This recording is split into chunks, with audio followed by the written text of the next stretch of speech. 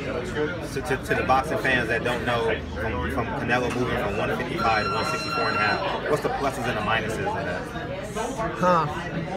There is obviously a plus because he won't have to kill himself to make the 54-pound limit.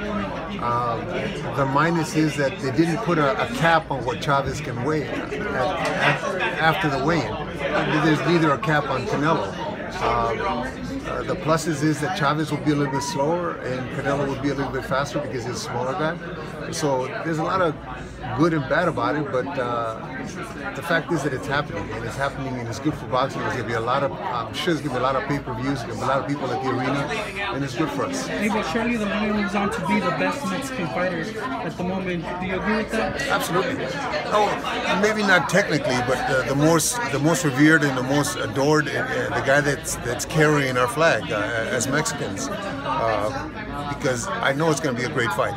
Their style just tells me it's going to be a great fight. Well, you got a 168-pound fighter, David Benavidez in camp.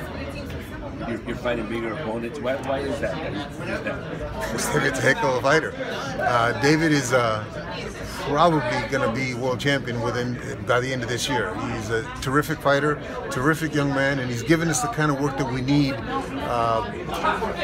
so that Gennady doesn't get complacent in the gym. Sometimes we don't have enough good work. It shows in a fight, and David's given us the kind of rounds that we need.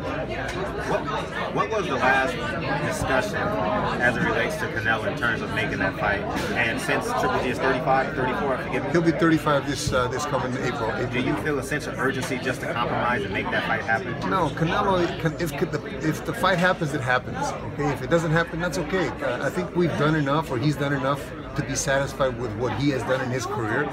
Obviously, it's a business, and if it happened, we're all going to make a lot of money. But if we don't, we're not going to. We're still doing okay. Obviously, yeah, we're still doing okay, and he will have his records that he's trying to break, and hopefully he matches the great Bernard Hopkins' record of 20 defenses. If he doesn't breaks it, I mean that's really more.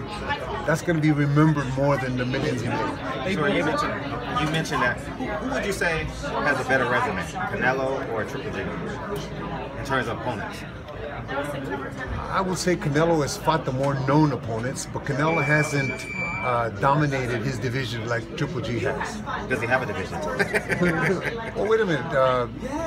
Has there been anybody ever in the history of boxing that has dominated a division like Golovkin is? And you can't tell me this is the only time in history that the division has been weak.